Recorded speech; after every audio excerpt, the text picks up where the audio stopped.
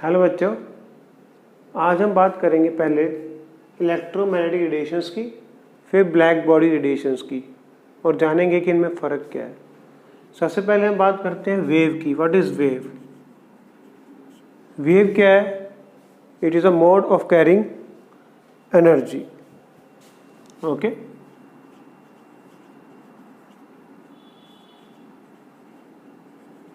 एक जरिया है एनर्जी कैरी करने का। जैसे कि आप पानी में स्टोन थ्रो करो तो उसमें रिपल्स बनती हैं, है ना? ऐसे रिपल्स बनेंगी। अगर यहाँ पर हम लीफ रख दें तो ये लीफ कहीं मूव नहीं करेगा, ये ऊपर नीचे होता रहेगा। सिर्फ एनर्जी जा रही है, वाइब्रेशंस बढ़ रही हैं, मास नहीं ट्रांसफर होता, सिर्फ एनर्जी। ओके, वेव क्या है? It's nothing but a mode of carrying energy. दो तरह की वेव्स होती हैं, एक होती है मैकेनिकल, एक होती है नॉन मैकेनिकल।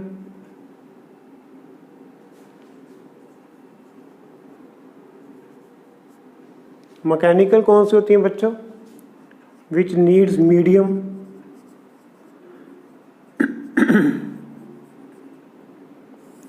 जैसे कि सॉलिड, एयर या वाटर। इस तरह का इनको मीडियम चाहिए होता है तभी चल पाती हैं, जैसे कि साउंड वेव्स। अगर हम रूम में वैक्यूम क्रिएट कर दें तो हम एक दूसरे की बात नहीं सुन पाएंगे, क्योंकि sound is a mechanical wave which requires a medium to travel. Okay, और एक होती है नॉन मैकेनिकल वेव्स, जैसे कि हमारी लाइट है। लाइट क्या है? नॉन मैकेनिकल वेव है which does not require medium, does not require any medium. Sun से हमारे पास लाइट आ रही है, वैक्यूम से होके आ रही है, लेकिन उसको किसी मीडियम की ज़रूरत नहीं है। इस तरह एक्स रेज हैं, अल्ट्रावायलेट रेज हैं, इंफ्रारेड रेज हैं, ये सब क्या है? नॉन मैकेनिकल वेव्स है। ओके, हम कैसे कहेंगे कि ये वेव है?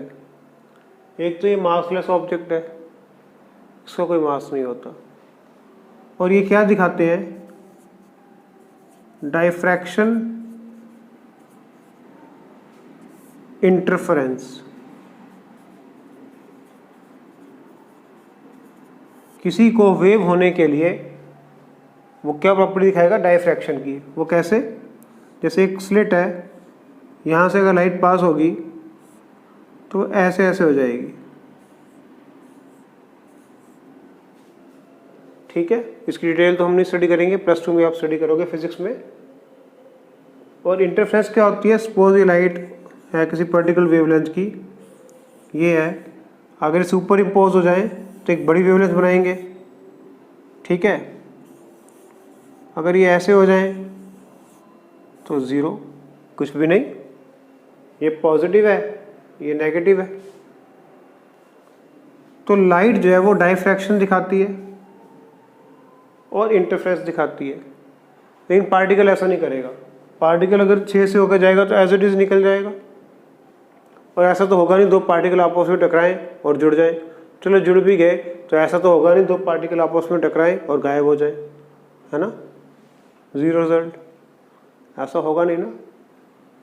तो अभी हम बात कर रहे हैं wave. What is wave? Wave वो चीज़ है जो एनर्जी कैरी करने का एक जरिया है।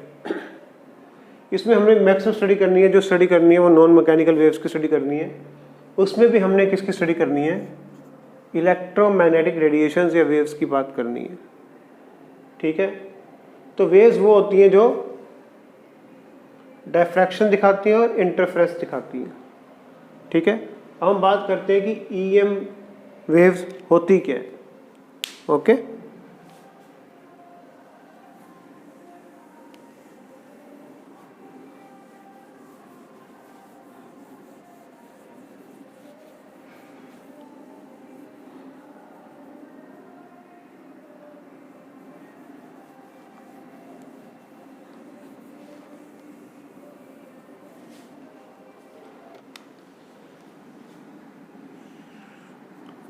तो हम बात करते हैं ईएम वेव्स क्या होती हैं।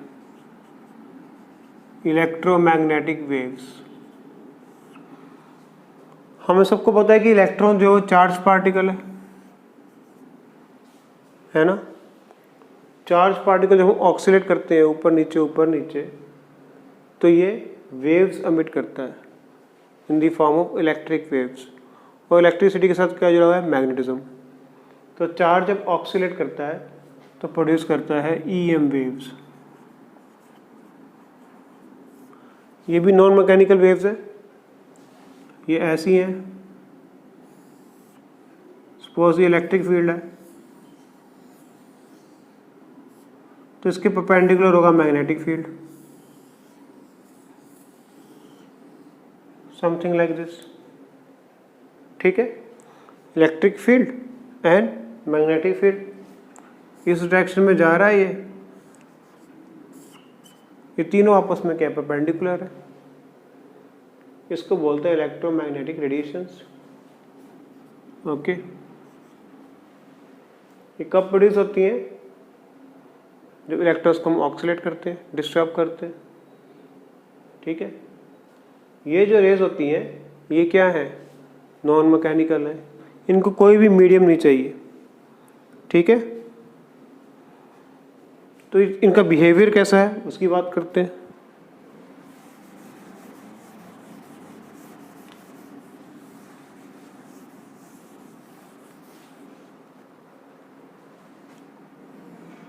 ये क्रेस्ट एंड ट्रफ बनाती हैं।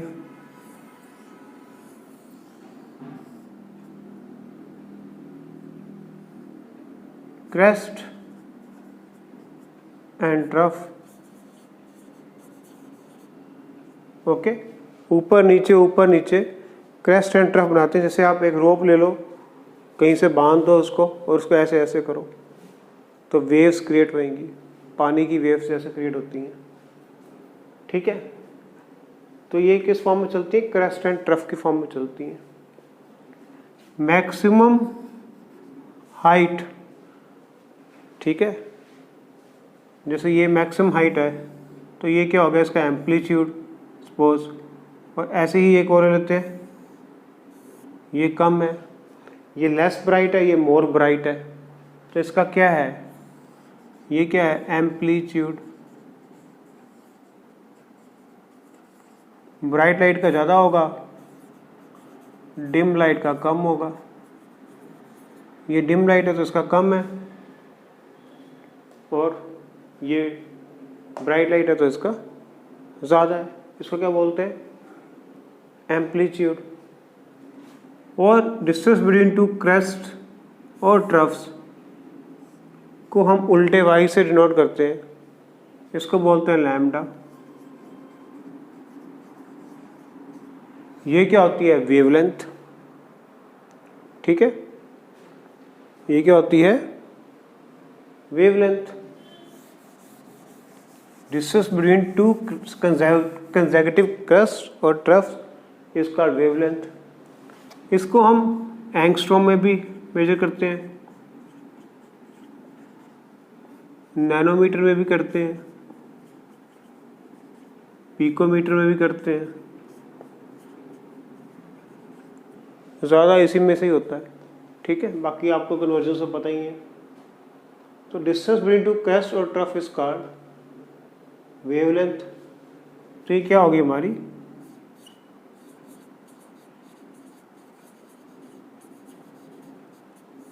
वेवलेंथ। ओके,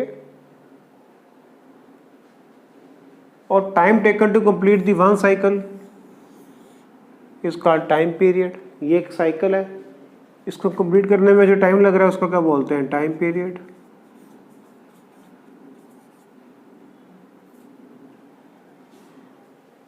ओके, और ऐसी ही कितनी वेव्स एक पर्टिकुलर टाइम से या पर्टिकुलर सेकंड में पास होंगी, number of waves passing through that particular second.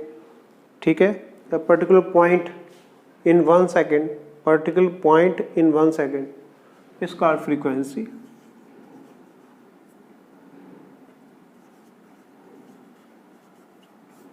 Frequency को म्यू से लिखते हैं, ओके, ये क्या होता है 1/t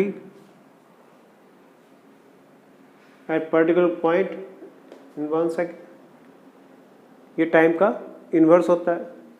तो इसकी यूनिट्स क्या होती हैं, या तो होती है पर सेकेंड या होती हैं हर्ट्स, HZ। तो ये हमारी क्या होगी फ्रीक्वेंसी, ठीक है। और ये नॉन मैकेनिकल वेव्स है, इनकी स्पीड कितनी होएगी, ये लाइट की स्पीड से चलेंगी c 3 × 10⁸ मीटर पर सेकेंड। ओके, तो हमने क्या पढ़ा, हमने करा एम्पलीट्यूड, कितनी ब्राइट है कितनी डिम है लाइट, और हमने क्या किया wavelength, distance between two crest और trough is called wavelength. Okay, और एक साइकिल कंप्लीट होने में जो टाइम लगता है उसको बोलते हैं time period. And number of waves passing through a point in 1 second is called frequency, जिसकी यूनिट्स है पर सेकेंड या हर्ट्स, ठीक है। अब इनके रिलेशनशिप की बात करते हैं।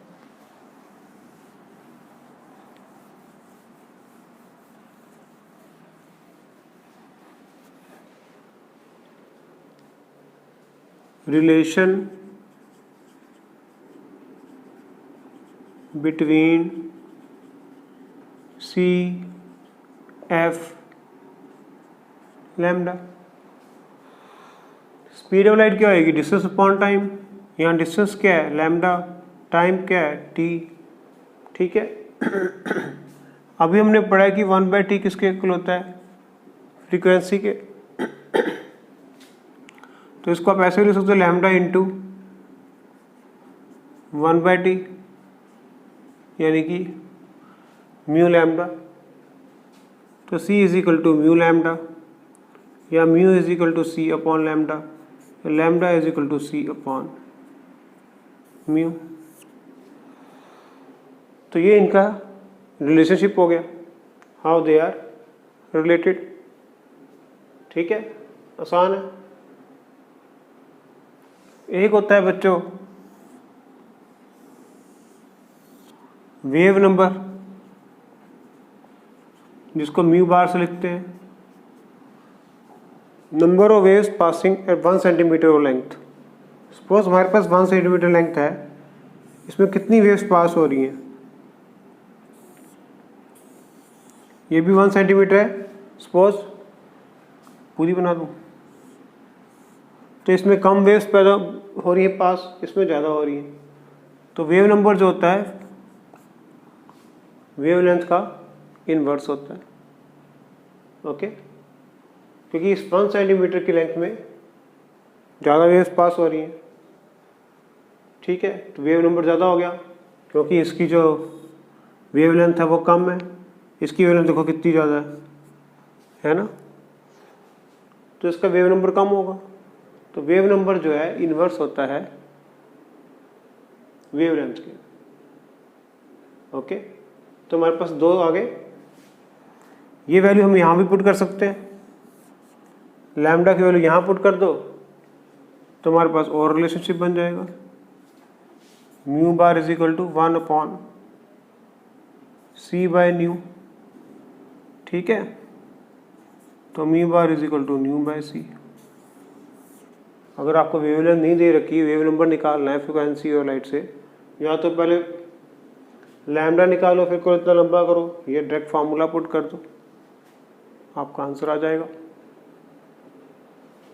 ठीक है। तो हमने बात कर ली कि लाइट का जो वेवलेंथ है और जो उसकी वेलोसिटी है और जो उसकी फ्रीक्वेंसी है, इसको हम न्यू से भी लिख सकते हैं, हाउ दे आर इंटररिलेटेड, और वेव नंबर वेवलेंथ से कैसे रिलेटेड है, ठीक है।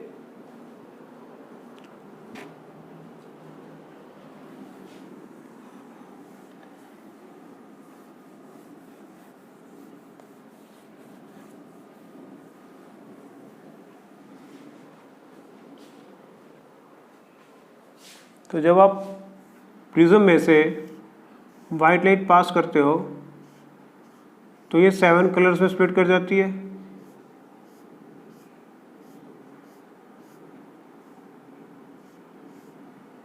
और ये विप ग्योर बनता है। ठीक है, रेड लाइट जो है सबसे कम डिविएट कर रही है। क्यों? क्योंकि रेड लाइट जो है उसका वेवलेंथ बहुत ज़्यादा होता है और फ्रिक्वेंसी बहुत कम होती है। और जो वायलेट लाइट है उसकी फ्रिक्वेंसी बहुत ज़्यादा होती है और वेवलेंथ कम होती है। हमें स्काई ब्लू क्यों दिखता है? क्योंकि ब्लू कलर ज़्यादा स्कैटर करता है because of its high frequency. ठीक है, फिर शाम को हमें रेड क्यों दिखता है स्काई? बिकॉज ब्लू कलर जो स्कैटर हो रहा है वो बहुत दूर है सन, अब हमारे पास पहुंच नहीं पा रहा क्योंकि उसकी वेवलेंथ जो है वो कम है।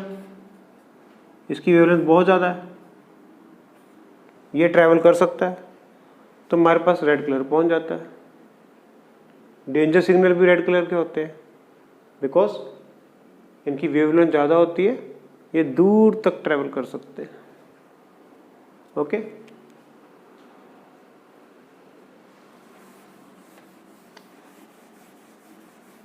तो ये जो विप ग्योर बनता है ये विजुअल स्पेक्ट्रम का हिस्सा है।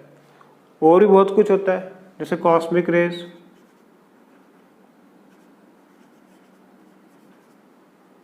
ठीक है, गामा,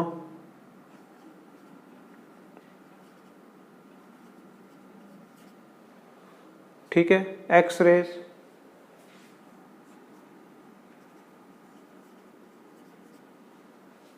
अल्ट्रावायलेट, विजिबल जहां पर स्पेक्ट्रम बना था अभी हमने देखा, इंफ्रारेड, माइक्रोवेव,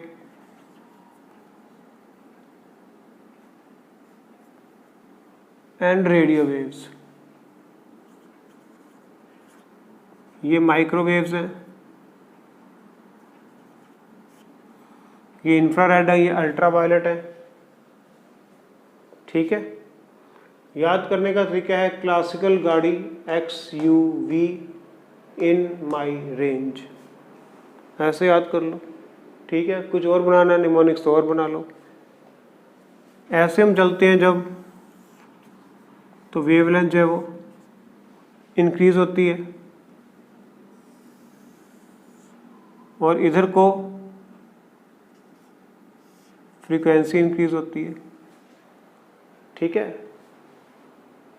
ओके, वेवलेंथ यहाँ पर देखो, ये विप गियर बनेगा यहाँ पे,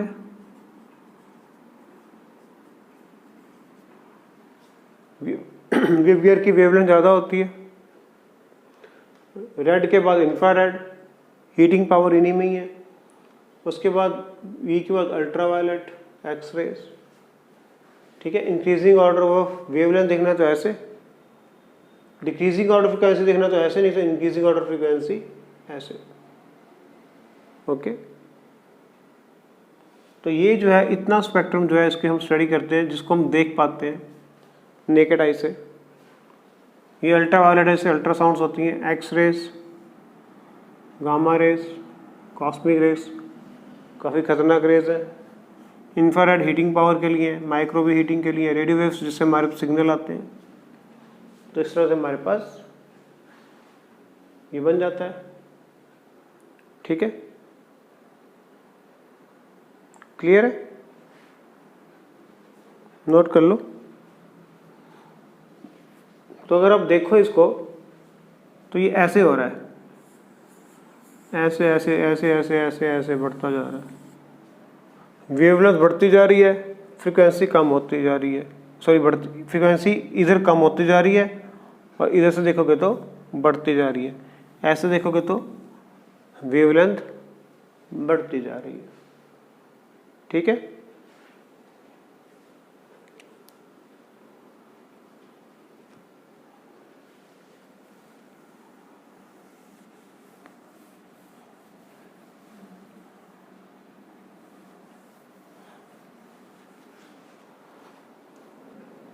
तो बच्चों हमने बात की जो लाइट है वो एक वेव है, मासलेस बॉडी, ठीक है, क्योंकि ये डायफ्रैक्शन और इंटरफेरेंस शो कर रही थी। तो साइंटिस्ट यही मानते जा रहे थे। इसको क्लासिकल बोलते हैं, क्लासिकल फिजिक्स वाले से मैक्सवेल हो गया, वो यही मानते थे कि लाइट जो है बच्चों वो वेव है, ठीक है। फिर एक चीज आई, ब्लैक बॉडी, ठीक है। ब्लैक बॉडी क्या होती है? अ बॉडी विच एमिट्स और एब्जॉर्ब्स रेडिएशंस, सिंपल सा लॉजिक है, ठीक है। इसको हम क्या बोलते हैं? Black body, okay. जैसे कि आप देखो कि आपके पास आयरन है, जब उसको हीट करते हैं तो पहले डल रेड होता है, फिर वो रेड हो जाता है ना, फिर वो वाइट होता है, फिर वो ब्लू हो जाता है,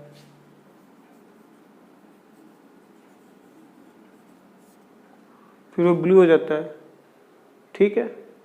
तो उसकी क्या बढ़ रही है? उसकी फ्रिक्वेंसी बढ़ती जा रही है। कलर अभी बात की थी हमने कि रेड कलर की फ्रिक्वेंसी जो होती है वो कम होती है और ब्लू कलर की फ्रिक्वेंसी क्या होती है? ज़्यादा होती है ना। अब ब्लैक बॉडी वाला जो रिजल्ट है उसका ग्राफ की बात करते हैं हम, तो हमें पता लगेगा कि हम क्या कहना चाहते हैं।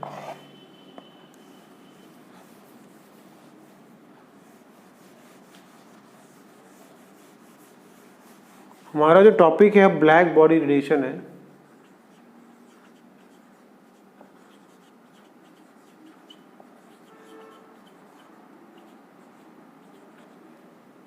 इसमें देखा गया कि वो जो हमने एग्जांपल ली थी अभी कोल या आयरन की, उसका जो ग्राफ है वो ऐसा होता है। इसको वेवलेंथ ले लो, इसको इंटेंसिटी ले लो।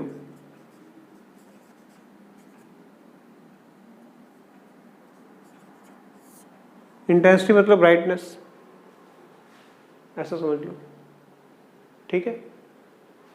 अब क्लासिकल वाले क्या कहते हैं, जो इसको वेव मानते हैं लाइट को, उनके हिसाब से जब हम एनर्जी देते हैं, ठीक है, तो पार्टिकल्स जो है वाइब्रेट करते हैं। उनमें क्या आ जाती है? फ्रीक्वेंसी आ जाती है, फ्रीक्वेंसी। अब जब फ्रीक्वेंसी आएगी उनमें तो वो वाइब्रेट करेंगे। नेचुरली काइनेटिक एनर्जी उनमें आ गई तो वाइब्रेट करेंगे। वाइब्रेशन किससे लिंक्ड है? फ्रीक्वेंसी से, ठीक है। वाइब्रेशन किससे लिंक्ड है बच्चों? फ्रीक्वेंसी से। तो जैसे जैसे वो वाइब्रेट करेंगे, जितना ज़्यादा वो वाइब्रेट करेंगे उतनी ही ज़्यादा लाइट एमिट करेंगे, उतनी ही इंटेंस लाइट होएगी है ना। क्लासिक वाले कहते हैं कि जब हम किसी ऑब्जेक्ट को एनर्जी देते हैं, काइनेटिक एनर्जी, तो मॉलिक्यूल्स वो एनर्जी गेन कर लेते हैं, है ना, और अपनी मीन पेस में वाइब्रेट करना शुरू कर देते हैं। जब वो वाइब्रेट करेंगे तो क्या होगा? उनकी फ्रिक्वेंसी बढ़ती जाएगी, और जिससे वो लाइट एमिट करेंगे उनकी लाइट की एमिशन पावर भी बढ़ती जाएगी। तो यहाँ पर अगर वेवलेंथ ऐसे इंक्रीज हो रही है तो फ्रीक्वेंसी ऐसे इंक्रीज हो रही है। यहाँ वेवलेंथ है इस ग्राफ में तो ये फ्रीक्वेंसी है। अगर वेवलेंथ यहाँ पर बढ़ रही है तो फ्रीक्वेंसी ऐसे बढ़ रही है। फ्रीक्वेंसी का मतलब क्या हुआ? वाइब्रेशंस। जैसे जैसे हम एनर्जी दे रहे हैं पार्टिकल्स को, वो वाइब्रेट कर रहे हैं। जैसे जैसे वाइब्रेट कर रहे हैं वो लाइट एमिट कर रहे हैं। इसका मतलब फ्रीक्वेंसी बढ़ते थे वो लाइट एमिट करते आ रहे हैं। There is no limit, infinite, ठीक है। सब जगह अल्ट्रा वायलेट रेज ही फैल गई, कैटास्ट्रॉफी होगी उसकी, ठीक है, पर ऐसा होता नहीं है। हमारा ग्राफ तो कुछ और शो कर रहा है। हमारा ग्राफ शो कर रहा है कि एक पर्टिकुलर फ्रिक्वेंसी बहुत बढ़ जाती है तो डिप कर जाता है। ठीक है, क्लासिकल वाले कहते हैं कि जब भी कोई वाइब्रेट करेगा तो लाइट एमिट करेगा और एनर्जी देते रहेंगे, तो वाइब्रेशंस की कोई लिमिट ही नहीं है। अगर वाइब्रेशंस की कोई लिमिट नहीं है तो उससे निकलती इंटेंसिटी की कोई लिमिट नहीं होनी चाहिए, यानी कि वो ग्लो करता ही जाएगा, करता ही जाएगा, करता ही जाएगा। बट ऐसा होता नहीं है। एक पर्टिकुलर स्टेज के बाद आके उसकी फ्रिक्वेंसी जब मैक्सिमम हो जाती है तो इंटेंसिटी उसकी थोड़ी कम हो जाती है। देखो, ठीक है, मान लो ये वेवलेंथ ज़्यादा है, ठीक है, यहाँ क्या है, वेवलेंथ ज़्यादा है। वेवलेंथ ज़्यादा किससे लिंक्ड है? रेड से, ठीक है। और यहाँ पर क्या आ जाएगा? फिर ब्लूइश आ जाएगा, क्योंकि वेवलेंथ यहाँ कम हो रही है, ब्लू की वेवलेंथ कम होती है। ठीक है, तो जो हमारा आयरन था जिसको पहले हमने डल रेड किया, फिर वो हॉट रेड हो गया, फिर वो वाइट हुआ, फिर वो ब्लू होता गया, ठीक है, उसकी इंटेंसिटी तो बढ़ नहीं रही, यानी कि कुछ तो कमी है इसमें। ठीक है, कुछ कमी तो है जो ये एक्सप्लेन नहीं कर पा रहा इस ग्राफ को। उसका ग्राफ तो ऐसे जा रहा है, लेकिन रियल लाइफ में तो ऐसा होता नहीं है। जब हमारी ऑब्जर्वेशंस रियल लाइफ से नहीं मिलती हैं तो नेचुरली उस थ्योरी में कुछ ना कुछ तो कमी है। तो वो क्या कमी है उसकी बात करते हैं हम।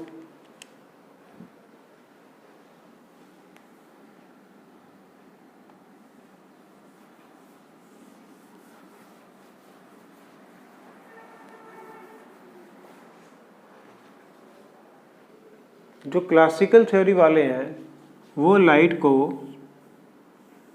एक वेव मानते हैं, ऐसे कॉन्टिन्यूस सारा का सारा कॉन्टिन्यूस चल रही है। लेकिन एक साइंटिस्ट आए जो मॉडर्न केमिस्ट्री को डील करते हैं, प्लैंक्स, उन्होंने कहा ऐसा नहीं है, आप यहाँ से रब कर दो तो ये एक पोर्शन हो गया, लाइट जो है वो ऐसे आती है, कॉन्टिन्यूस नहीं है, डिसकॉन्टिन्यूस है, ऐसे नहीं फ्लो कर रही, वो ऐसे चल रही है। जैसे आप होली खेलते हो तो एक फ्रेंड है आपका, उसका पिचकारी है, वो कॉन्टिन्यूस फ्लो से आपके ऊपर रंग फेंकेगा और आपके हाथ में बैलून्स है, तो आप उसके ऊपर बैलून थ्रो करोगे। ठीक है, सपोज आप इतनी तेज़ी से बैलून थ्रो कर रहे हो कि एक कॉन्टिन्यूस वेव बन रही है, लेकिन उसका इम्पैक्ट तो उसको फील होगा ना। तो वो जो कहते हैं कि लाइट जो है वेव नहीं है, प्लैंक्स कहते हैं, वो कहते हैं कि लाइट जो है एक क्वांटा है, पैकेट है। लाइट कभी भी कॉन्टिन्यूस नहीं चलती, पैकेट्स में चलती है, जिसको नाम दे दिया उन्होंने क्वांटा। एक को बोलते हैं क्वांटम, तो इसी से हमारे पास आती है Planck's quantum theory.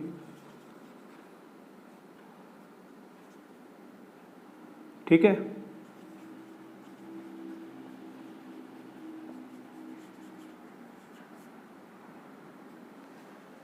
Planck's quantum theory, spelling देख लेना एक बार,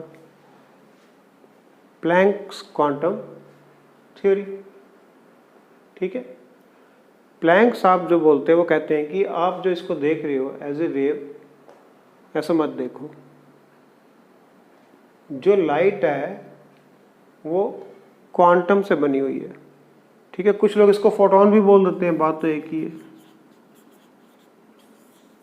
स्मॉलेस्ट पार्टिकल लाइट का जो है वो क्या हो गया, फोटोन हो गया, पार्टिकल तो क्या बोलेंगे उसको, तो क्वांटम।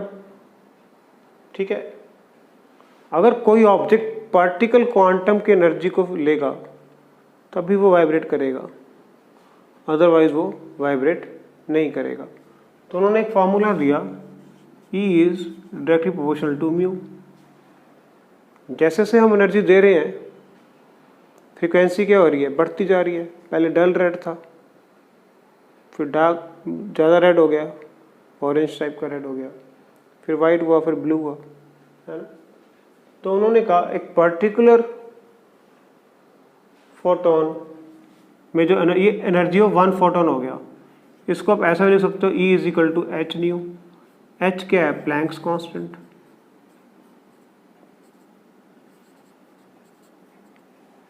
एच क्या है, प्लैंक्स कांस्टेंट, और इसकी वैल्यू होती है 6.626 इंटू 10⁻⁻34 जूल सेकेंड। ओके, ये क्या होती है इसकी वैल्यू। ये वैल्यू इतनी स्मॉल है कि हमें महसूस ही नहीं होता कि क्वांटम में है वो, बहुत ही स्मॉल है, इसलिए हमें लगता है कि एज ए वेव जा रही है ना। तो उन्होंने कहा जब पार्टिकल फ्रिक्वेंसी की लाइट पड़ती है, जब हम एनर्जी देते हैं तो उसकी फ्रिक्वेंसी जो होती है वो चेंज होती जाती है, ठीक है। तो ग्राफ पे डिप जो है वो क्यों आ रहा है, तो कहते हैं कि वो कि वाइब्रेट होने की भी उसकी एक लिमिट है, ठीक है। जितनी मर्जी एनर्जी दे दो, अल्टीमेटली किसी पार्टिकल के वाइब्रेट होने की वो लिमिट है, वो उससे उतनी ही एनर्जी ले रहा है। अब वो कम एनर्जी ले रहा है, कम वाइब्रेट कर रहा है, ठीक है। तो इसकी इंटेंसिटी कम होती जा रही है क्योंकि उसकी वाइब्रेशन की भी एक लिमिट है, ठीक है। तो हमारे पास अब एक बिल्कुल नया साइंस खुल गया जो क्वांटम पे बिलीव करता है। इसकी आगे चलेगी बात अब क्वांटम की, ठीक है। तो उन्होंने बोला एनर्जी, क्वांटाइजेशन ऑफ एनर्जी, ठीक है। उन्होंने वर्ड दे दिया क्वांटाइजेशन ऑफ एनर्जी, की मतलब आप ये मत समझो कि एक चीज़ पूरी है, वो छोटे छोटे पीसेस में बटी हुई है, ठीक है। जैसे रूबिक क्यूब है आपका, लगता तो पूरा है लेकिन है तो वो छोटे छोटे क्यूब्स ना, उससे मिलके पूरा बना हुआ है। उसको अलग कर दो तो क्वांटम हो गया, पूरा जोड़ दोगे तो, ठीक है। तो हमारे पास अब एक नई ब्रांच खुल गई जो लाइट को नो लॉन्गर वेव माने। वो कहती है कि लाइट वेव नहीं है, कहीं कहीं पे है लेकिन कहीं कहीं पे वो पार्टिकल की तरह बिहेव कर रही है, क्वांटम की तरह बिहेव कर रही है, क्योंकि उसके पास है ही क्वांटम। वो डिसकंटिन्यूस है, डिस्क्रीट है, कॉन्टिन्यूस नहीं है, ठीक है। तो यही है प्लैंक्स क्वांटम थ्योरी। इसको अगर हम आगे एक्सटेंड करना चाहें तो न्यू क्या होता है, C अपॉन लैम्डा, तो E क्या हो जाएगा, HC अपॉन लैम्डा। तो हमारे पास एक नया फॉर्मूला आ गया, E is equal to HC upon lambda, ठीक है। नोट कर लो।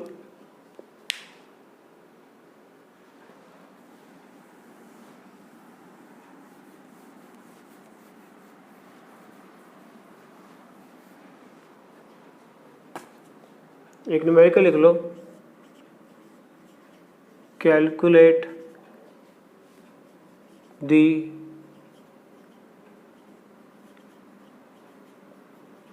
wavelength wave number frequency of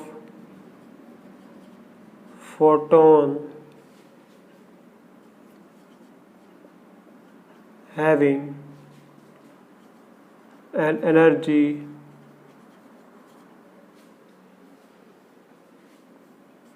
to 3 electron volt, ठीक है। H हमें गिवन है 6.6 इंटू 10⁻⁻34 जूल सेकेंड। हमें क्या दी हुई है energy, 3 electron volt, 3 into 1.6 into 10⁻⁻19 joule, क्योंकि 1 इलेक्ट्रॉन वोल्ट जो होता है 1.6 इंटू 10⁻⁻19 जूल होता है। ई क्या होता है? H new. न्यू क्या हो जाएगा?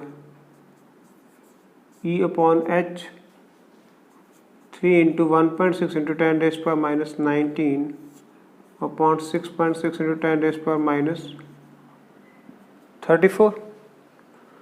इसको कैलकुलेट कर लो तो आपका आंसर आ जाएगा 7.26 इंटू 10⁻14 हर्ट्स या पर सेकेंड। ठीक है। लैम्डा क्या होता है? सी अपॉन न्यू 3 इंटू 10⁸ 7.26 इंटू 10⁻14। इसको सॉल्व कर लो तो आंसर अनबाउंड आ जाएगा 4.1 इंटू 10⁻⁻7। तो हमने क्या क्या निकाल लिया? हमने लैम्डा निकाल लिया उस फॉर्मूले से, फ्रीक्वेंसी निकाल ली। अब हमें क्या चाहिए? वेव नंबर चाहिए। वेव नंबर क्या होता है? 1/λ 1 अपॉन 4.1 इंटू 10⁻⁻7। ठीक है। इसको कैलकुलेट कर लो। इसका आंसर आ जाएगा रन अबाउट 2.4 इंटू 10⁻6। ठीक है। तो आसान सा क्वेश्चन है। हमें एनर्जी दी हुई थी, प्लैंक्स कांस्टेंट दिया हुआ था, हमने फार्मूला लगा दिया। पहले फ्रीक्वेंसी निकाल ली, फिर वेवलेंथ निकाल ली, फिर वेव नंबर निकाल लिया। ठीक है।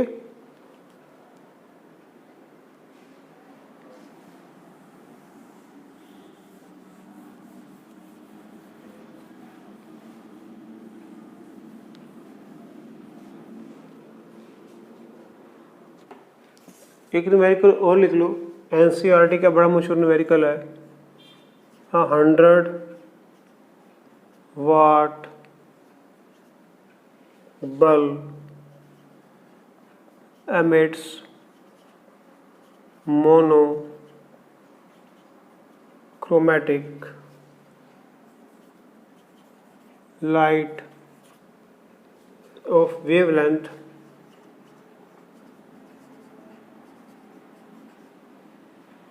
400 nanometer. Calculate number of photons emitted per second by the bulb। Okay, ये एनसीईआरटी का क्वेश्चन है। हमें पावर दी हुई है 100 वाट। ठीक है। ओके, पावर क्या होती है? Work done upon time. ठीक है। वर्क डन को हम क्या ले लें? यहाँ पर एनर्जी ले लेते हैं। पर सेकंड की बात कर रहे हैं तो 1 सेकंड की बात हो रही है, तो एनर्जी क्या हो जाएगी? ठीक है, 100 जूल हो जाएगी, क्योंकि वाट का मतलब क्या हुआ? जूल पर सेकंड। ठीक है, तो वाट इंटू सेकंड क्या हो जाएगा? जूल। ओके, ठीक है। तो हमारे पास क्या आ गया? एनर्जी आ गई। ये एनर्जी क्या है? 100 जूल पर सेकंड की एनर्जी जो है ये क्या है? टोटल एनर्जी है। ठीक है। जो एनर्जी एक फोटोन से निकल रही है वेवलेंथ, वो कितनी है?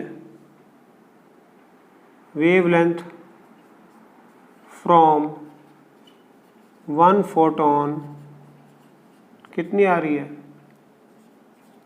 400 नैनोमीटर। तो एनर्जी भी 1 फोटोन की होएगी, E is equal to h C upon lambda. ठीक है, H क्या है 6.6 × 10⁻34, C क्या है 3 × 10⁸, लैम्डा क्या है 400 नैनोमीटर, जिसको आप 10⁻⁻ लिख लो, मीटर में चला गया। ठीक है, इसको जब कैलकुलेट करोगे तो आपका आंसर आएगा 4.969 × 10⁻19। This is the energy of 1 photon and this is the total energy. इस टोटल एनर्जी से अगर हम 1 फोटोन की एनर्जी को डिवाइड कर देंगे तो हमारे पास नंबर ऑफ फोटॉन्स आ जाएंगे, यानी कि 100/4.969 × 10⁻19। ठीक है, ये बेटा टोटल एनर्जी है हमारे पास। ये एनर्जी 1 फोटॉन है। तो हम पूरी जो है एनर्जी से 1 फोटॉन की एनर्जी को डिवाइड कर देंगे तो नंबर ऑफ फोटॉन्स आ जाएंगे। ठीक है, इसका आंसर जो आपका आएगा 2.012 × 10⁻20। तो इतने जो है पर सेकंड जो है वो निकल रहे हैं हमारे पास। क्या निकल रहे हैं? फोटॉन्स। और ये मोनोक्रोमैटिक लाइट क्या होती है? Light of single wavelength. Physics में आप डिटेल में पढ़ोगे कि एक ही वेवलेंथ की लाइट हो, पूरा मिक्सचर ना, उसको बोलते हैं मोनोक्रोमैटिक। तो हमने क्या किया, पहले 100 वाट जो हमें टोटल पावर, जो पावर दी उससे हमने टोटल एनर्जी निकाल ली। पर सेकंड की बात कर रहा हो, वाट का मतलब क्या होता है? जूल पर सेकंड। तो हमारे पास एनर्जी कितनी आ गई? 100 जूल। ठीक है, ये टोटल एनर्जी है। एनर्जी ऑफ 1 फोटोन हमने निकाल ली, इन दोनों को डिवाइड कर दिया तो हमारे पास नंबर ऑफ फोटॉन्स आ जाएंगे। ठीक है, ये क्या है हमारे पास? नंबर ऑफ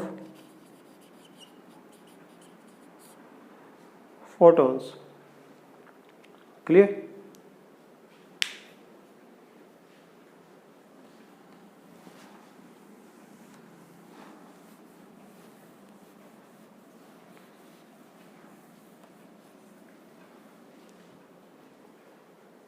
जो क्लासिकल थ्योरी है उसको सेटबैक लगा था ब्लैक बॉडी रेडिएशन से। ठीक है, और एक सेटबैक जो उसको लगा था दूसरा, जिसकी हम बात कर रहे हैं अब, फोटो इलेक्ट्रिक इफेक्ट।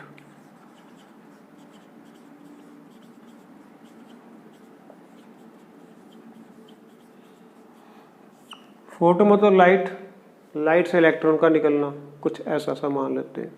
ठीक है, एक साइंटिस्ट थे हेनरिच हर्ट्ज, जो एक्सपेरिमेंट कर रहे थे। उन्होंने क्या किया, एक मेटल प्लेट ले ली। ठीक है, उसके ऊपर लाइट को स्ट्राइक करा,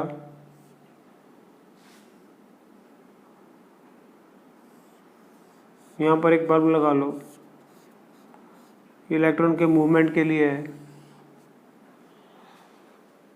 तो उन्होंने देखा जब वो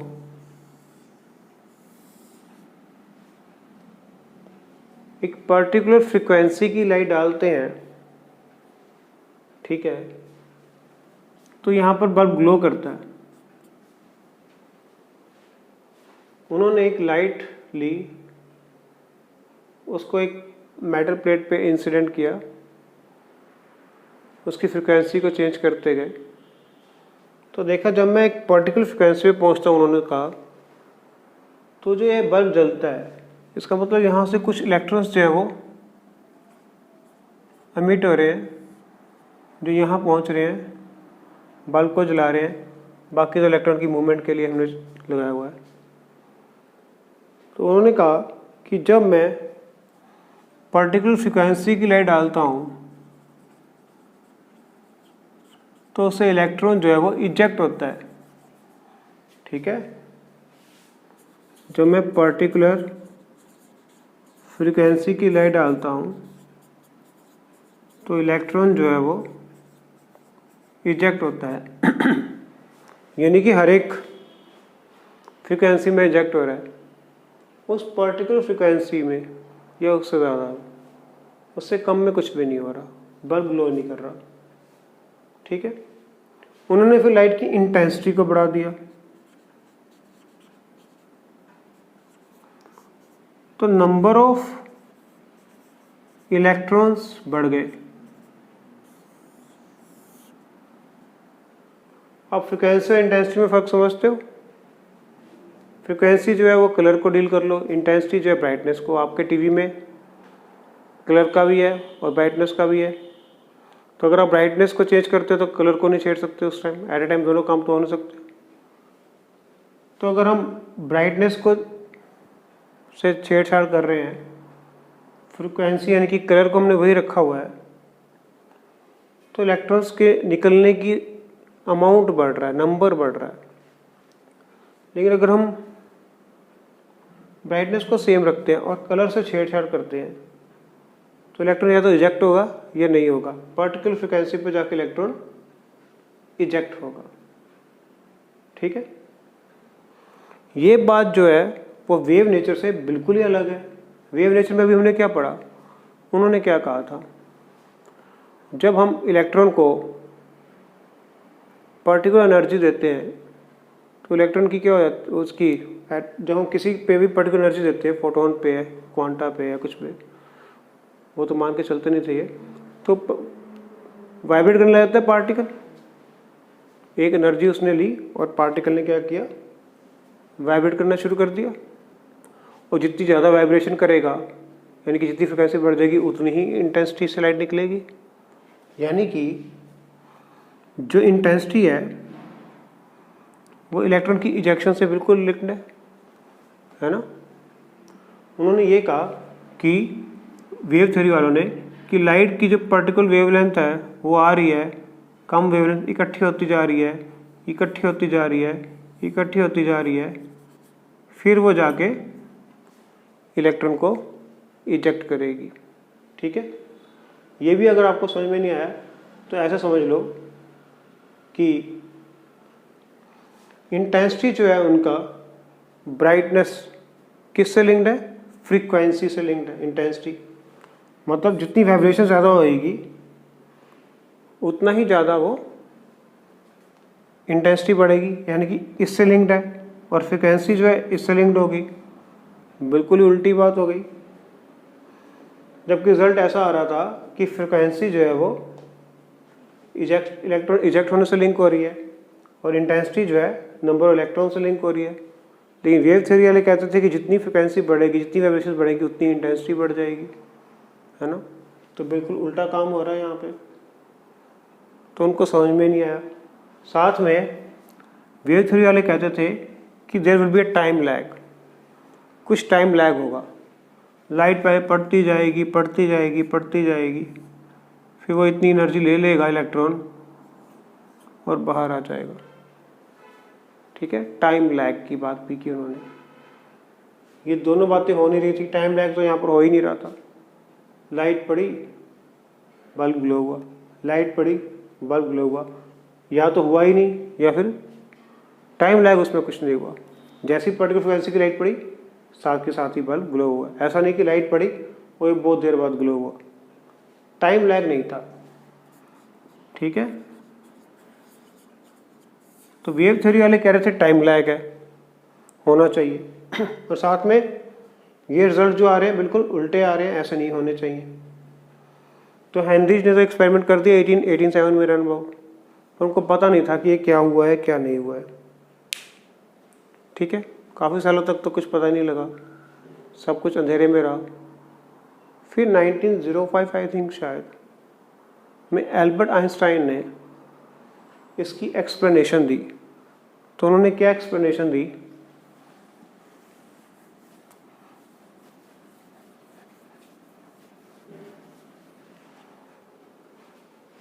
आइंस्टाइन ने कहा कि जो ये मेटल प्लेट है, ठीक है, इस पे जो लाइट पड़ रही है वो कंटिन्यूस नहीं, पैकेट्स की फॉर्म में है।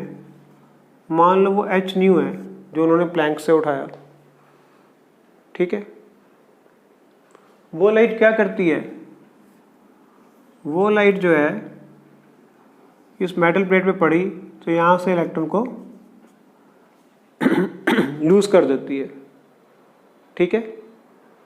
वो मिनिमम फ्रिक्वेंसी जो इलेक्ट्रॉन को लूज करती है उसको उन्होंने बोला थ्रेशोल्ड फ्रिक्वेंसी।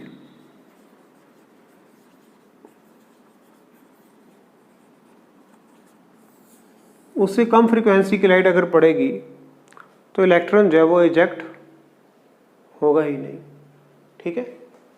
इसको इस तरह से डील कर लो कि आप क्रिकेट खेल रहे हो, बहुत ही फास्ट बॉलर है, ठीक है, और आपको फास्ट बॉल खेलनी आती नहीं इतनी, तो आप बहुत डर रहे हो, तो आप में इतना हौसला भी नहीं है कि उसकी बॉल को रोक सको, ठीक है। तो जब तक आप में उतना हौसला नहीं आएगा कि उसकी बॉल को रोक सको तो उसकी बॉल तो चलती जाएगी, आर पार हो जाएगी। तो जब आप में हौसला आएगा, पर्टिकुलर फ्रिक्वेंसी जिसको बोलते हैं थ्रेशोल्ड फ्रिक्वेंसी, उसको आप मान लो थ्रेशोल्ड हौसला, ठीक है, तो आप उसकी बॉल को रोक सकते हो, है ना। कम से कम इतनी तो आप में हौसला आ गया कि आप उसकी बॉल को एटलीस्ट फेस तो करोगे, ठीक है, ऐसे छोड़ तो नहीं दोगे उसको। तो आपका जो हौसला है वो उसकी बॉल को रोक रहा है, यानी कि जो थ्रेशोल्ड फ्रिक्वेंसी है वो इलेक्ट्रॉन को इजेक्ट कर रही है, ठीक है। धीरे धीरे आप में बहुत हौसला आता गया तो आप क्या करोगे, उसकी बॉल को रोकोगे तो नहीं, सिर्फ शॉट भी लगाओगे, ठीक है। तो जब आपने बॉल को रोका उसकी बैट से और शॉट लगाया तो उसमें कोई टाइम लैप्स था कि पहले आपने सोचा चलो मैं बॉल को रोकता हूँ, फिर आपने 2-4 सेकंड बॉल को रुके रहने दिया, फिर शॉट मारा? ऐसा तो नहीं होता, there is no time lag. तो इस तरह से आइंस्टाइन ने कहा जो पर्टिकुलर फ्रिक्वेंसी की लाइट है वो जब हम डालते हैं, या पर्टिकुलर एनर्जी की लाइट जब हम डालते हैं, तो उसमें से कुछ एनर्जी जो है वो इलेक्ट्रॉन को लूज करने में यूज हो जाती है। उस बॉल को रोका हमने, ठीक है, जो हमारा हौसला था उसने क्या किया, उस बॉल को रोका प्लस शॉट भी लगाया। तो इलेक्ट्रॉन को इजेक्ट करने के लिए तो इतनी ही एनर्जी चाहिए थी, लेकिन जो एनर्जी हम दे रहे हैं उसे इलेक्ट्रॉन भाग रहा है इधर, यहाँ से यहाँ आया, फिर वो पूरा सर्किट में चला, तो वह टोटल एनर्जी h न्यू। उसके लिए तो न्यू नॉट ही काफ़ी था, लेकिन हमने ज़्यादा एनर्जी दी ताकि उसके अंदर बाकी जो एनर्जी उसको यूज़ करके वो क्या कर लेगा, काइनेटिक एनर्जी में कन्वर्ट हो जाएगा, उसमें कोई टाइम लैग नहीं आएगा, जैसे ही मिला वैसे ही भागा। लेकिन क्लासिकल थ्योरी वाले कहते हो पहले इकट्ठी करता रहेगा फिर निकलेगा, ऐसा कुछ नहीं है, ठीक है। There is no time lag, ठीक है, और वो पर्टिकुलर फ्रिक्वेंसी पे ही निकलेगा, ओके। तो हमारे पास एक नया फार्मूला आ गया जिसके लिए आइंस्टाइन को नोबेल प्राइज मिला था, पर उन्होंने इससे ज़्यादा अच्छे काम किए थे, रिलेटिविटी भी काम किया था, बट उनको मिला फोटो इलेक्ट्रिक इफेक्ट पे ही, ठीक है। तो उन्होंने ये बताया कि फोटो इलेक्ट्रिक इफेक्ट क्यों हो रहा है, कि लाइट जो है वो वेव नहीं है। उन्होंने भी माना कि ये क्वांटा या फोटोन है, उन्होंने इसका नाम फोटोन दे दिया, बात तो एक ही है। तो पर्टिकुलर फोटोन की पर्टिकुलर फ्रिक्वेंसी जो है जिसको बोलते हैं थ्रेशोल्ड फ्रिक्वेंसी, जिसको न्यू नॉट से लिखते हैं, जब वो एब्जॉर्ब कर लेगा तो वो लूज हो जाएगा। लेकिन फ्रिक्वेंसी अगर थ्रेशोल्ड से ज़्यादा है फिर वो भाग भी जाएगा काइनेटिक एनर्जी से, ठीक है। तो यही है फोटो इलेक्ट्रिक इफेक्ट, जो ज़्यादा डिटेल में बता पाया कि जो हम लाइट को फिर आज तक देखते आ रहे हैं एज ए वेव, एक्चुअल में वो वेव की तरह है और नहीं भी है, वो पार्टिकल की तरह भी है, ठीक है। तो ये है हमारा फोटो इलेक्ट्रिक इफेक्ट। इससे हमारे पास एक नया फॉर्मूला आ गया। इसको बच्चों वर्क फंक्शन भी बोल देते हैं। ओके, तो ये मिनिमम है जो इलेक्ट्रॉन को लूज कर देगी अपनी पोजीशन से, और बाद में वो अगर ज़्यादा एनर्जी है तो उससे वो लेके भाग भी जाएगा, है ना। तो यही है फोटो इलेक्ट्रिक इफेक्ट, जो ये समझा पा रहा है कि फ्रिक्वेंसी जो है वो इलेक्ट्रॉन को निकाल रही है और उसको भगा भी रही है। ठीक है,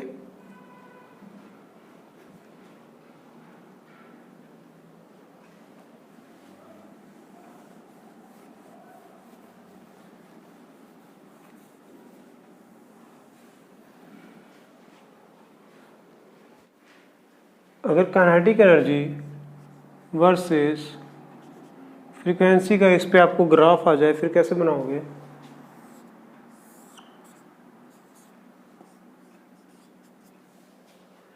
ओके, तो आपका फॉर्मूला क्या है? E is equal to E not plus kinetic energy, H nu is equal to H nu not plus kinetic energy. तो काइनेटिक एनर्जी क्या हो जाएगी? H nu minus H nu not, यही होएगी। Okay, y is equal to M x minus C, क्योंकि nu not तो fix है। ठीक है, तो इसका ग्राफ बन जाएगा ऐसे कुछ। ठीक है, क्लियर?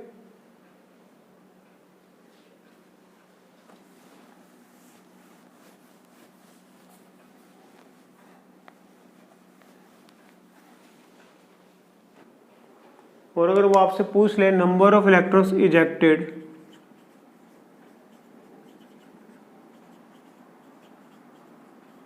वर्सेस फ्रीक्वेंसी का ग्राफ बनाओ, ऐसे। ठीक है, तो यहां पर क्या है? नंबर ऑफ इलेक्ट्रॉन्स इजेक्टेड, तो ऐसा ग्राफ आएगा, क्योंकि फ्रीक्वेंसी पे तो डिपेंड ही नहीं करता, इंटेंसिटी पे डिपेंड करता है। और यही अगर इंटेंसिटी पे हो, इंटेंसिटी पे हो, same graph, number of electrons ejected versus intensity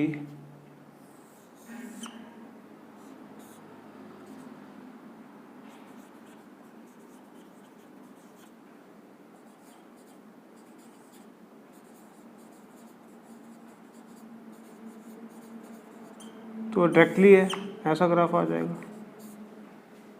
है ना, सिंपल, क्योंकि उसके डायरेक्टली प्रोपोर्शनल होता है ना, जितनी डेंसिटी बढ़ाओगे उतने इलेक्ट्रॉन निकलेंगे।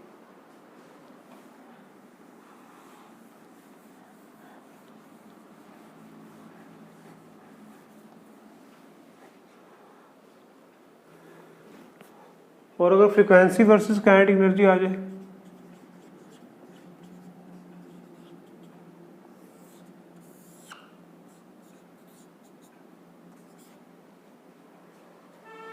तो एच न्यू क्या होता है? H nu not plus kinetic energy. अगर इसको एस से डिवाइड कर दो तो nu is equal to nu not plus 1/h kinetic energy, या nu is equal to 1/h kinetic energy plus nu not, Y is equal to M x plus C, है ना। तो इसका ग्राफ ऐसा बन जाएगा, ये इंटरसेप्ट है जो न्यू नॉट है, अच्छा यहाँ बनाया हुआ है, तो इसका ग्राफ ऐसा बन जाएगा, और ये इंटरसेप्ट है, ये क्या आ जाएगा? New not. ठीक है, आसान है।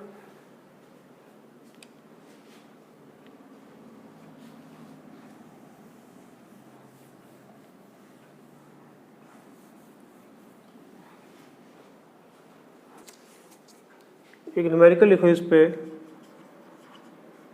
What is the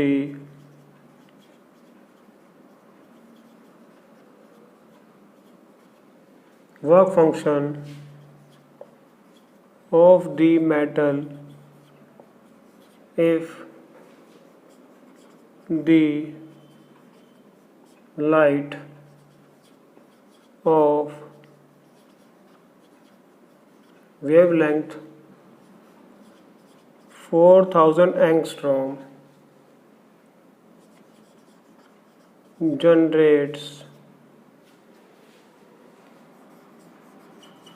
photo electrons of velocity 6 into 10 raised by 5 meter per second from it. Mass of electron is 9.1 into 10 raised by minus 11. Velocity of light is 3 into 10 raised by 8. H तो आपको पता ही है, 10 raised by minus 34 metre पर second, kilogram, joule पर second. ठीक है,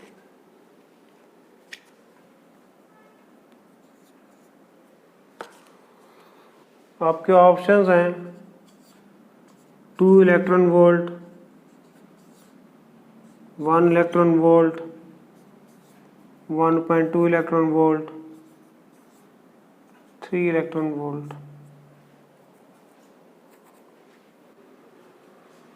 ई क्या होता है? एच सी अपॉन लैम्डा। जब भी आपको इलेक्ट्रॉन वोल्ट में दिया हो तो आप सिंपल सी बात करो, इसकी वैल्यू लिखो 12400 और लैम्डा ले लो एंगस्ट्रॉम में। ठीक है, इससे आपके पास जो आंसर आएगा वो इलेक्ट्रॉन वोल्ट में आएगा। ओके, ये याद कर लो। और जूल में भी दिया हो तो पहले इलेक्ट्रॉन वोल्ट में निकाल के 1 इलेक्ट्रॉन वोल्ट किसके इक्वल होता है, तो इससे कर देना, आपका आंसर जूल में चला जाएगा। इजी रहेगा आपके लिए अगर आप इलेक्ट्रॉन वोल्ट में चलो, नहीं तो फिर एच की वैल्यू पुट करोगे, सी की वैल्यू पुट करोगे, फिर उसको कैलकुलेट करोगे, इतना लंबा काम करोगे। तो आपको वर्क फंक्शन निकालना है, यानी कि ई नॉट आपको निकालना है।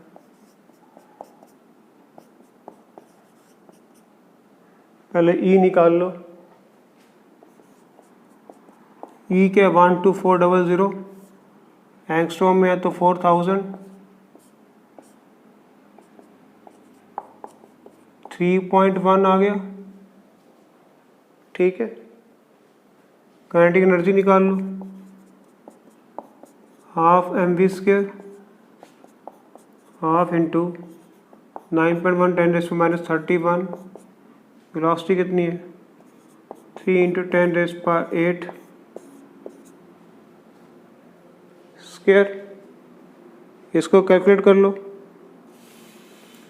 ठीक है, इसको कैलकुलेट करके आंसर आ जाएगा 1.01। तो बस पुट कर दो फार्मूला में। ई कितना है, 3.1। ई नॉट आपने निकालना है, काइनेटिक एनर्जी कितनी, 1.01। तो ई नॉट कितना आ जाएगा, 3.1 माइनस 1.01। ठीक है,